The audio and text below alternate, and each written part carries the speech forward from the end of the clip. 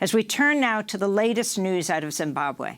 Zimbabwe's first post-independence leader, Robert Mugabe, has died at the age of 95. In 1963, he helped found the Zimbabwe African National Union in an effort to liberate Zimbabwe from decades of white minority rule.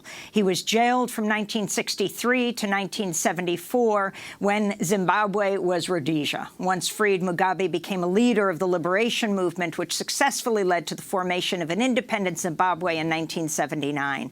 He became Zimbabwe's first prime minister in 1980, but would continue ruling Zimbabwe for the next almost 40 years. His death was announced by his successor, President Emmerson Mnangagwa, who wrote on Twitter, "It is with the utmost sadness I announce the passing on of Zimbabwe's founding father and former president, Robert Mugabe. Mugabe was an icon of liberation, a Pan-Africanist who dedicated his life to the emancipation and empowerment of his people. His contribution to the history of our nation and continent will never be forgotten," he said. While Mugabe has been hailed as one of the most significant anti-colonial leaders of the 20th century, he's been widely criticized for how he led Zimbabwe in his refusal to hand over power until he was ousted in a coup in 2017. Human rights groups long criticized Mugabe's human rights record. Ernest Mnangagwa, a political analyst in Harare, told Al Jazeera, quote, "Young Zimbabweans will remember him as a tyrant who squandered their futures and destroyed their countries. Many older Zimbabweans will look back in history and will remember him as a revolutionary fighter," unquote. Under Mugabe, Zimbabwe's economy also collapsed. At one point, unemployment topped 80%. Its currency became essentially worthless. In 2009, Mugabe accused Western nations of conspiring to ruin Zimbabwe's economy.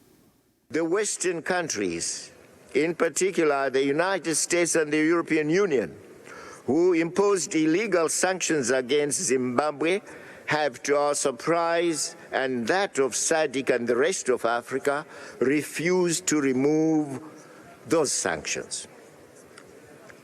If they will not assist the inclusive government in rehabilitating our economy, could they please stop their filthy, clandestine, divisive antics. That was Zimbabwean President Robert Mugabe speaking at the UN 10 years ago in 2009. To talk more about the life and legacy of Robert Mugabe, we're joined by Horace Campbell, professor of African-American Studies and Political Science at Syracuse University, has written extensively on African politics. His books include Reclaiming Zimbabwe, The Exhaustion of the Patriarchal Model of Liberation.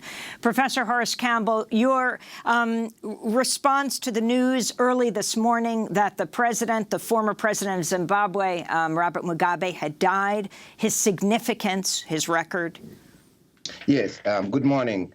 And before we speak about Zimbabwe, I would like to join with you and all the listeners of Democracy Now! To express our solidarity with the people of the Bahamas and the privation that they're going through as a result of this hurricane and the devastation of global warming. And we also want to extend our solidarity with the people of Zimbabwe, who have lost a leader who was part of the liberation struggle. Robert Mugabe joined the liberation struggles of the peoples of Southern Africa at a decisive moment when the peoples of Africa were fighting against apartheid, colonialism, and white supremacy. But after being in power for 20 years, the situation in Zimbabwe deteriorated, and the Mugabe political leadership joined a class of exploiters that turned against the Zimbabwe working peoples. So while we mourn the loss of Mugabe, who served in the ranks of the liberation movement of Africa, his record in the end was one where he turned against the very people he was supposed to be part of in their struggle for social and economic transformation in Africa. So talk about him as an anti-colonialist independence leader, taking over the white minority rule in Rhodesia, and then talk about how things changed as he became president and when they changed, how he held on to power for 37 years, Professor Campbell. Thank you. I think we should not personalize the coming to power of Mugabe, because the independence struggle for Zimbabwe was one that was carried out by the rank and file of the Zimbabwe working peoples, especially the Zimbabwean women, the Zimbabwean farm workers, the Zimbabwean workers, the Zimbabwean students, and ordinary soldiers. There were two main political parties and organizations that developed out of the working peoples.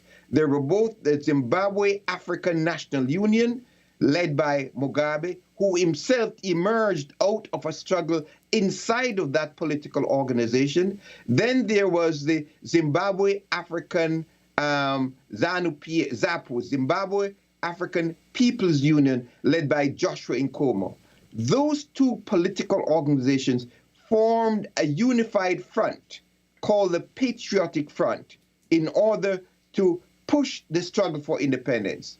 What is important was that the struggles for independence became so intense that the South African apartheid regime, along with the West, organized to bomb Mozambique, where the Zimbabwean guerrillas were fighting from. And something that is not usually known is that the West carried out biological warfare against the Zimbabwean people by unleashing anthrax against the Zimbabwean people when they were fighting against colonial rule. The colonial leader of Zimbabwe was a man called Ian Smith, who had vowed that black people would not rule Zimbabwe until 2020. The Zimbabwean independence struggle was one that brought oppressed peoples from all over the world to support them, whether it was in the rest of Africa in the form of the frontline states of Africa, whether it was in the global Pan-African movement and in the Rastafari movement. Bob Marley and the Wailers went to Zimbabwe in 1980 as part of the global expression of support for the Zimbabwean liberation struggles.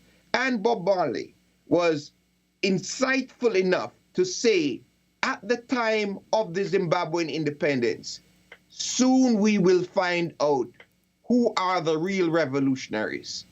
That was a very important statement in the song that was sung by Bob Marley, said, Africans liberate Zimbabwe. He did not sing Mugabe liberate Zimbabwe, because Mugabe himself later on turned around and said that Rastafari were dirty because they wore long hair. So the point that must be underlined that Mugabe's importance came at a moment in the history of Africa when he was part of the liberation struggles of Africa. But as an individual, he had learned a lot from Kwame Nkrumah, from the struggles in Southern Africa, from Julius Nyerere. But while in political power in Zimbabwe, slowly he was aligning himself with a new class of Africans in Zimbabwe who wanted to accumulate wealth. And so in the first 10 years of independence, there were major strides in relationship to expanding opportunities for education, so that even today, 39 years after independence, the Zimbabweans are some of the most educated peoples in Southern Africa. There was attempt to transform the health system in Zimbabwe, training doctors. There were attempts to better the living standards of the Zimbabwean peoples. But by the 1990s, all of this came to naught because of the pressures of international capital in the form of economic structural adjustment programs. Economic structural adjustment program was part of the attack of international capital against African peoples in general, and in the particular case of the Zimbabwean people, to increase the burdens on the working peoples, intensifying their exploitation. The response of the Robert Mugabe government at that time, instead of joining with the working peoples, was to join with a small class of Zimbabwean capitalists who wanted to use the language of liberation to exploit the working peoples. But the evidence of the change in Zimbabwe came very early from the position of women in Zimbabwe. the political leadership in Zimbabwe used very crude, patriarchal language in reference to women in Zimbabwe. It was even more crude in relationship to same gender-loving persons in Zimbabwe. Robert Mugabe became internationally known for his extreme homophobia.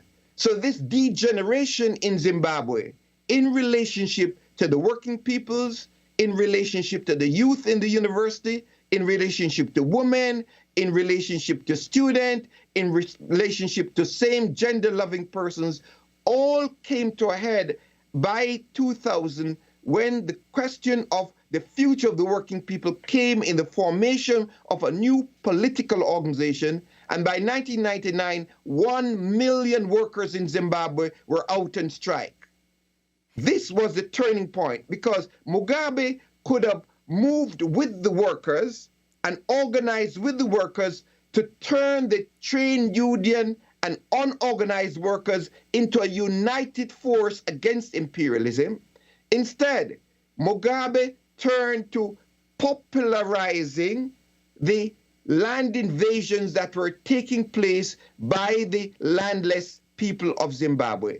So the landless people of Zimbabwe were always exercised about the white minority that controlled the majority of the best agricultural land in Zimbabwe.